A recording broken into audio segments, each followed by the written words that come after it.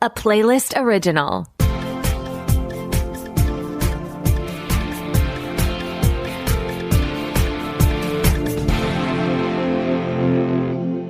Welcome to the Pilot Podcast, where we review the pilot episodes of TV shows to answer your question, should I watch this?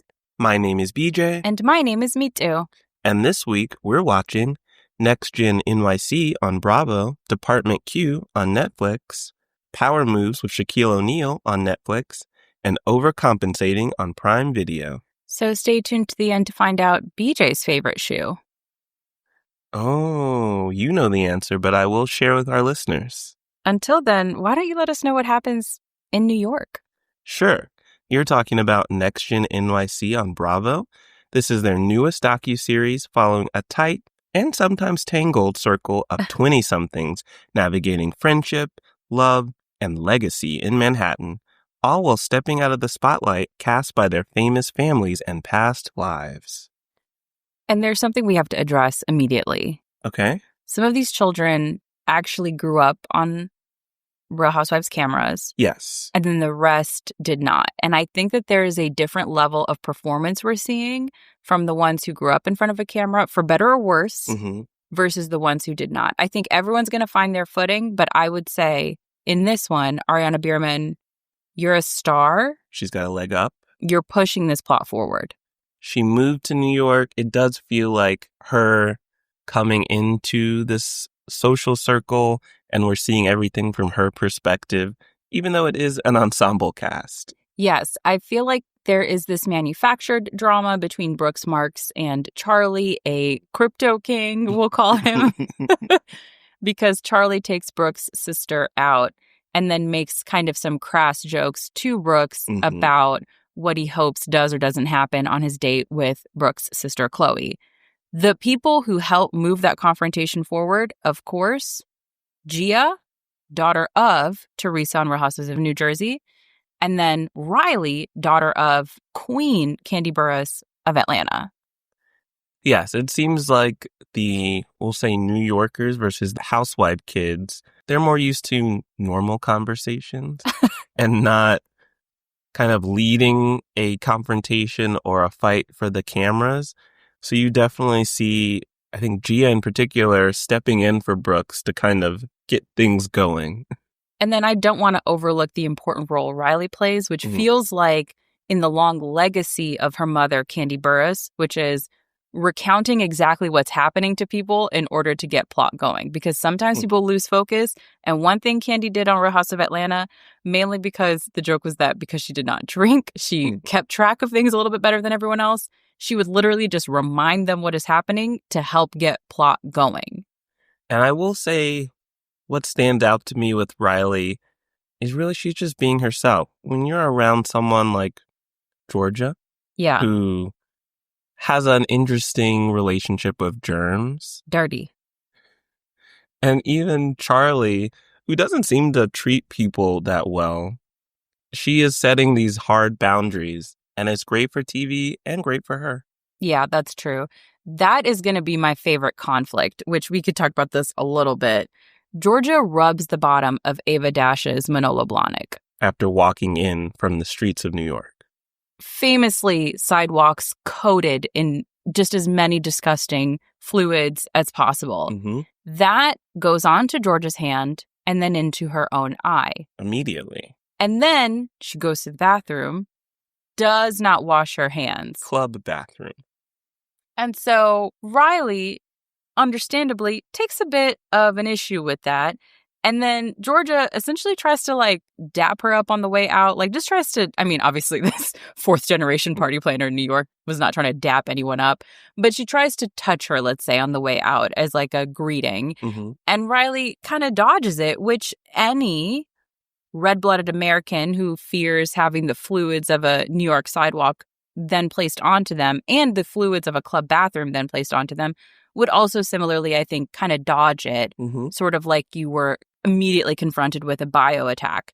And so Georgia takes issue with that. And then at one point in the confessional, so I don't think you can blame drinks flowing that night, goes, well, my body, my choice. Riley's body, Riley's choice. She really tried to turn it into Riley attacking her and trying to change George's behavior, when really Riley just said, you stay on that side, I stay on this side. If you don't want to wash your hands, I think it's strange, but that's okay. I wonder how Riley became the aggressor in that situation. So quickly. I just wonder how that could have been framed that way. Another interesting thing is we see a wide range of wealth. Yes. We have some people being supported by their parents, some people who are trying to make it on their own and start their career, and then this in-between of people who have support from their parents but want to break away from that and be on their own. I was heartbroken to learn that Ariana Bierman, after truly growing up on camera, not making any money from that. Not getting the money. She made money. Oh, you're right. Not getting any of her hard-earned money. And then not getting any of the money that she earned from her influencer work when she was living with her parents and had her bank account managed by them. And now, as an adult, having her mom ask her for money. That was wild to me. It just made me triple down on my belief that I just don't think kids should be on camera for that reason. Not for the BJ reason of not liking, joy, laughter, smiling. Well, that's not what I was saying. Child storytellers. But for me, I get concerned about the exploitive nature of it. And that felt so exploitive. But it was such compelling TV, too, to see her navigate wanting to keep a relationship with her mom. She even says, to some extent, why should I let money get in between us when that is actually the thing that gets in between most important relationships? But she loves her family. Yes. Yeah. And I also couldn't tell if this was very Southern of me, but I gasped when I found out that her boyfriend was of the Zaxby's empire. That's very Southern. I was like, oh my goodness, a prince is among us. Your daddy founded Zaxby's? Well, his dad is a billionaire, so that is something to gasp at. Thank you. The Zaxby's fortune. Well, when you call it that, maybe a little different reaction. So, Me Too, you already saw some of these stars grow up, and now they're on a show somewhat independently of their moms. We didn't really dive into this, but Housewives do make cameo appearances. Yes. Will you keep watching the children and their friends in New York? Yes, this was so fun. This is such a cute show. If you're a Real Housewives fan, I think you'll enjoy this one. And this time, I assume the young adults are getting to make money off of their own names and likenesses instead of the money going elsewhere. Don't make assumptions. That's true. So no matter what, I'm enjoying it. And I think this is one I'll probably watch while cooking, where you get to hear the drama. I don't know that it's, let's say, as incredible as the last season of Real Houses of Salt Lake City, which was the best season of television, I think, across genre in quite some time that we've had. But this was very good. And you can tell some of them really know how to make TV. I would put this at would watch maybe while folding laundry. I think it's definitely entertaining with the friend group. And I don't mind the mix between the Housewife kids and the New York natives, because I think it is interesting to see people who grew up in New York and people who move there because they have this dream of being in New York.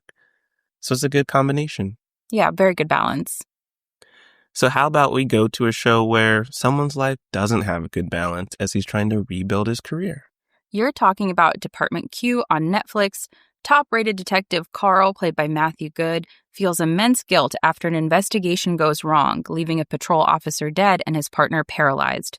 Now he's put in charge of the cold case unit, otherwise known as Department Q, with the support of Akram, played by Alexei Manvilov. So, Me Too, you are really into our detective shows, into our cases of the week. Yeah. How do you feel about Carl, who's a little more traumatized, closed in with his emotions, combative with his coworkers? So I want to kick it to a listener letter we received where I thought it was interesting. The listener didn't even know we were going to do the show. I mean, I guess it's a safe assumption to make. You never know. We don't hit every popular show. But I read it this morning right before I watched Department Q, and it was about this show. And I loved her question, Amy's, about the insufferable genius archetype.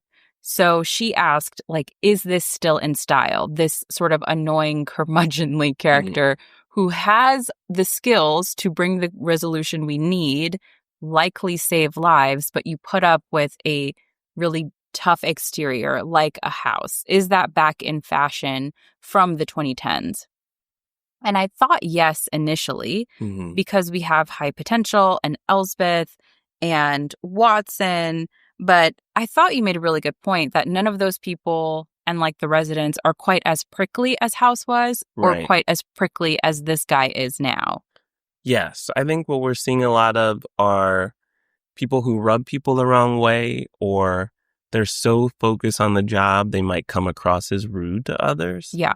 I would say Carl knows how he is treating people and how they see him, but he doesn't care. Including the child in his care.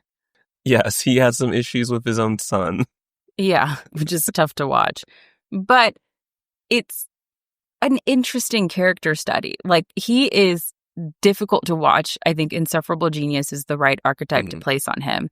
But it is an interesting character study when you set aside the fact that this first episode is really about us getting to know Carl and not about us getting to know the case. Yes. The case we get hints at, but really it's him establishing Department Q and how he gets into that setup. And even when it comes to his detective skills, we only get glimpses of it, but there is no case of the week in this pilot episode. Or even like that moment that you see in a lot of procedurals where he's solving his last case as the episode starts. Like, that typically happens where they're figuring something out, just so you have that immediate buy-in of like, okay, I know this is a smart person. Whereas this show is asking us to kind of trust that Carl is the guy and to just put up with it. Because that was the other part of Amy's very helpful question in our listener letter. Shout out to you for making the outline for my notes. Is it worth the payoff? Because in her question, she's like, House at the end of 40 minutes finds out typically like what happened to this person's body to save their life. We won't have a resolution in this first episode, light spoiler. It's going to take the whole season. Right. And I think, for me at least, it's the case that's going to be what propels me forward to watch this season. Yeah. Because Carl, while I do feel like we learn enough that he could solve it, I don't know if he is a captivating enough protagonist. I agree. I thought having the scene of him in therapy was interesting. Having the scene of him interacting with his partner, there were a couple really heart-wrenching moments in that. But I don't think overall that he is enough of an anchor. So I do hope, and I assume based on a really great twist that we have at the end of this first episode, I do hope that we'll focus more on the case and see more of those smarts come out. Yes. And there's also the chance that his assistant, Akram, could bring out some more positive attributes to his personality. Yeah. As they build a bond. Because the case is creepy. Very creepy. If you don't like psychological thriller type situations, you might not actually like the case in this show. True. A heads up. With that, do you want to watch more episodes of Department Q on Netflix? Do you want to see this creepy case unfold? I think so. I would watch again while cooking. Kind of like what we were discussing before, the case of the week is what's captured my attention. Actually, all of Carl's coworkers, his partner in the hospital, everyone else was enough for us. Like, I want to see what happens. And I don't mind Carl's insufferable personality. So I can stick with it. How do you feel? I agree. For me, I think this is like a Sunday watch where it is clear that Netflix designed this show for us to watch it all in one go, or at least big chunks of it. And so I think that's exactly how I'm going to do it, where I'm seeing a lot of stuff around my dining room right now that I want to clean up. And so this is the kind of thing I'd put on while I handle that. And if you're Mystery Hive, especially if you don't mind a thriller, I think this one will be interesting for you too. So why don't you take us from a creepy case to a commercial? You're talking about Power Moves with Shaquille O'Neal on Netflix. In this candid documentary series, NBA legend Shaquille O'Neal and Allen Iverson work to revive Reebok's legacy and find a rising star to rep the brand. Who called it a candid documentary series? Where did you pull that from? Netflix. Netflix calls this a candid documentary series. Whoever writes the Netflix descriptions. Okay, because here's the thing. I think they have all the elements for this to be so interesting. Mm-hmm. We've had a lot of articles, a lot of very congratulatory coverage of how successful Shaquille O'Neal is as a businessman, especially given his reputation. He was kind of a bad boy of the NBA, a real tough guy, shattered many a backboard. Right. And then that guy that used to shatter backboards now owns Papa John's and a clothing group and was an early investor in Google.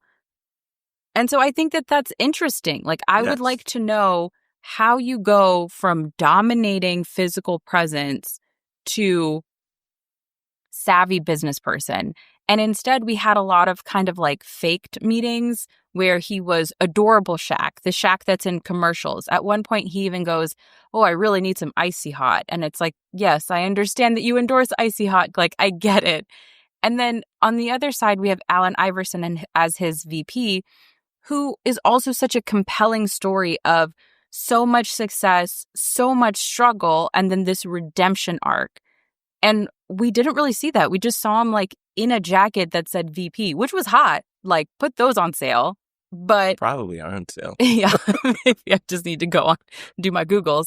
But I just think they could have had a really interesting story, and instead they focused on this being a commercial. But it was effective. It taught me that Reebok is trying to make a comeback. I looked up the shoes. Oh, I didn't do that. Okay. I looked up the Angel Reese shoes. They're hot. So, I guess they got their purpose, but I just think from a storytelling perspective, from a candid docuseries perspective, they had a lot of potential. And maybe they get there past this first episode. Yeah, I'd say on the Allen Iverson part, he was non-existent in this pilot episode. He sits in on some meetings. He's in the room, not contributing yet. We'll see how that goes going forward. For the candid element, I will say I think Shaq is being very honest when he states things like he doesn't like to lose. He wants Reebok to be the best. He wants to revive this brand. He wants to find the right star. Those motivations, the way they're presented, I think do hide some of his probably more aggressive business personality traits. Yeah. Where he's in this to make money. He does talk about how much he's put into this business and he needs it to work out, and how Reebok is not at the top tier of athletic brand recognition as like a Nike or an Under Armour. But like you said, it is wrapped in this fun, adorable, playful salesman nature where he's like, let's walk into a store, we'll literally get people to kick off their shoes and we'll buy them some Reeboks. Yes, it was cute. Yes, he's all about the brand. But I think that there is something interesting about how Shaquille O'Neal allows his values to drive his business. Obviously, he's a shrewd business person, and he's very open about how much input he receives from his mom, how much input he receives from his family. We see him make decisions around his son and his son's health. Mm-hmm. And there is famously a story of him turning down, I think with Reebok, a really expensive shoe deal because a mom on a plane next to him complained about the cost of the shoes. And so he turned down tens of millions of dollars or something like that. And so there is that sweet element there, but I just think we could have even appreciated it more if it were less of cute Shaq. Because he's funny. I mean, I love Inside the NBA. He's a very funny guy, but I think we would have benefited from seeing shrewd business person Shaq too. Right. I'd say the title seems deceptive based off this pilot episode. Yeah. I think it's less about the power moves and more just about reviving Reebok's legacy. Nick's the business side, more PR. Let's promote Reebok. Yes. It could have just been a show about the shoes. and just call it that. The show about the shoes. And then with Shaquille O'Neal. Shaquille O'Neal. And he could have just called it there. I do think that they would have benefited from adding some of their young stars in this first episode, because they talk about how they don't have the same budget as a Nike. And so how do we recruit a couple members of talent versus having the roster that a Nike has? And what is the way to do that? Instead of going all in on one superstar, which is what is posited at the beginning of the episode, do we go for like 5 to 8 high school stars, college stars, people who don't have shoe deals yet, and can we get them early, betting that at least a few of them will become successful athletes? I think that's going to be the real hook for the season, as they pick the next star to lead up this brand, to be the face of Reebok shoes. And like you were saying, we should have seen a little bit more of that.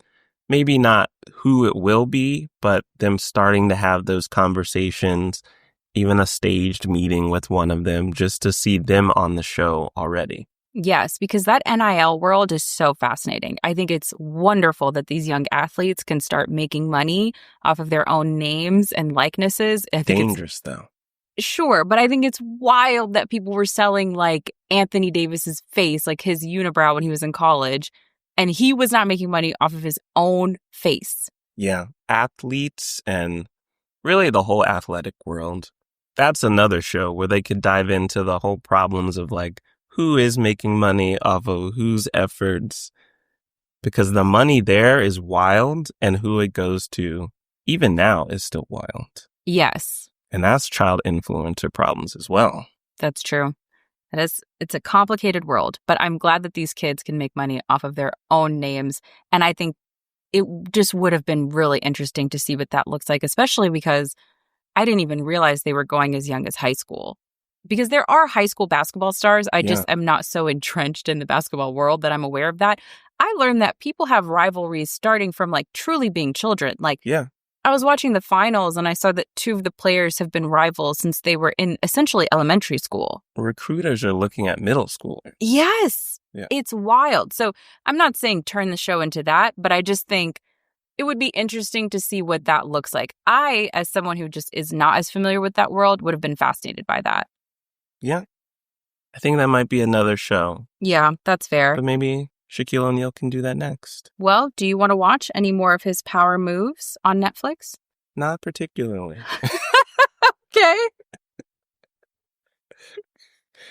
I wasn't really interested in the power moves. It's good to know Reebok is still going and trying to rebuild. Maybe like me too, I will look at one of the latest shoe designs that they have. But otherwise, I would not watch again. How do you feel? I'm going to give it a couple more episodes, and here's why. If you're not Basketball Hive, I do not recommend this show to you. I am newly in Basketball Hive, and by that I mean I'm watching the NBA Finals this year after watching the WNBA season and finals last year, and so I just have gotten into basketball now. And so I literally just want to see more of Allen Iverson, of Shaquille O'Neal, and I'm curious if Allen Iverson sort of speaks more. So I will give it a couple more episodes to see if it picks up. But if you're not already interested in this world, this is not the show that's going to bring you in. And there are much more compelling shows on Netflix to start with if you haven't yet, such as Starting Five or The Journey to the Gold or whatever that was called, the USA basketball, covering a few international teams as well, trip to the Olympics last year. And so those, I would say, are a more interesting place to start. But if you've already watched those and you're looking for something else, why not this? You know another really interesting place? Where? Colleges. You're talking about Overcompensating on Prime Video. Benny, played by Benito Skinner, also the creator of the show and the writer of this first episode, is a high school football star turned closeted freshman at the fictional Yates University, and he becomes fast friends with Carmen, played by Wally Baram, a former high school outsider who, with guidance from his older sister / junior at Yates and her boyfriend, juggles horrible hookups, flavored vodka, and fake IDs. They got regular vodka. They wanted maple vodka. Yes. Which I didn't know was a real flavor. No, I was not aware that they make maple vodka. Yikes. So me too. This world reminded me of like Pitch Perfect's envision of college. Yeah. Without the singing. Did you like their interpretation of like a freshman campus? I thought it was so funny. For me and Comedy Hive, people who like to smile and laugh, this one was a lot of hee-hees and ha-has. I thought they captured the spirit of the discomfort of entering college really well. New student orientation was so funny. The jokes about the improv group, the a cappella group, so funny. There's a moment where he really dramatizes attempting to dap with the very fratty boyfriend of his sister. That was truly, I cackled through that scene. So I think they captured the essence of it really well. It is ultimately like a bunch of mid to late 20s, early 30s people playing children. Yes. But as a millennial who grew up seeing that on most of my young adult shows, that was not strange to me. It did stand out to me. I guess I'm getting used to the transition of 18-year-olds playing 18-year-olds. Yeah. And it felt more like American Pie old school vibes of like the push for sex. Yeah. I feel like modern shows have talked about sex differently. So this is pulling things back. But it also makes sense because the creator, Benny Skinner, has based a lot of this on his old life. So that would have been like 10 years ago. Yes. I mean, he's from Idaho. He went to Georgetown, which is, I assume, what Yates is fictionalizing as another elite, fancy Ivy school. Or I guess Georgetown's not an Ivy, but it has lots of pretty old stone and ivy on that stone. Close enough. Shout out to Georgetown. So I think it is just a reflection of his experience. I assume that's where the flavored vodka comes from as well. Because as I understand it, Gen Alpha, Gen Z, they're not drinking as millennials did when they were in school. But I know many a millennial who drank a wild flavored vodka. And so I assume that's where that comes from too. That's true. We didn't see like next to any vaping. And that would have been more accurate for today. And I will say, despite the age standing out to me a bit more, all the acting was good. Everyone was funny. Everyone had good chemistry. I liked seeing Benny and his sister interact. That tension of her not wanting to share her school with her little brother was funny. And I think Benny and Carmen, and we know for multiple reasons why they wouldn't become a couple, but I do like the bond we see develop throughout the pilot episode. Yes, I think they're really going to need each other because she has been abandoned by home friends, by this boyfriend she has a very, very loose relationship with coming out of high school. Her parents basically did not stop the car as they pushed her out to go into college. And so I think she's really needing a lifeline and a friend, and he is too, as he navigates figuring out how to get to be himself. Because one of the through lines is that he doesn't really feel like he can make decisions for himself. He's at this school because his parents wanted him to go to the school and because his sister is there. He's studying business because the sister's boyfriend already has a job and he studies business. So I guess that makes sense. And then he is still closeted and using this like straight man voice and having this persona about him when that's not who he is or who he wants to be, it seems. And he has a crush, which complicates things. A cute crush. Who he keeps running into. Yeah, that's going to be tough too. So all that said, I think he's going to really need his bestie as well. I am very curious about how that develops when she realizes he is not going to be the one for her romantically. I wonder how soon that happens. Hopefully she takes it well. We'll see. Looking out for Carmen. Yeah. So we already know you were laughing all the way through this episode. Will you laugh through the full season of Overcompensating on Prime Video? Yes. The one thing I didn't get to mention is Holmes plays Carmen's roommate. Shout out to Holmes. They were on a show called Welcome to Flatch. We are a hive of about 10 people, but we're very loyal to that show, RIP. Wow. And so it was very fun to see Holmes in such a ridiculous character on this show. And that character alone was so silly and funny that made me want to watch more episodes of this show. Wow. I think this will be a very good casual comedy watch. And I think if you are Comedy Hive, you will also hee-hee and ha-ha through this one. I agree. If you're me too, you will love this show. You should watch it again. Okay. Seriously. If you are a little more like me, I think check out a couple episodes, watch again while eating lunch. You'll get some laughs in, but it might not be the comedy you want to stick to this year. That makes sense. It's like get some laughs in, make sure that that feels natural to your body as you split your lips and bare your teeth. Like you're just sort of figuring out how to make that motion. Is that what it is? Is that what you do every time? No, you relearn to laugh? I'm asking about non-comedy hive, non-joy, rainbows, hearts. I wouldn't know. I have joy and happiness in my life. What was the question? Oh, what's your favorite shoe? You got there. Yeah. I rep Adidas. I'm loyal to Adidas. Yeah. That is my shoe of choice. You're an Adidas girl. We both are. Yeah. You know, we started one day and now we can't just switch brands. That's true. I don't even know that I've tried other shoes. It's just you and I both one day, listeners, this happened. I know this is a fascinating story. It is. This happened years ago. We went to the Adidas store because we both needed sneakers and we were finally willing to invest more than like $15 in a good pair of shoes.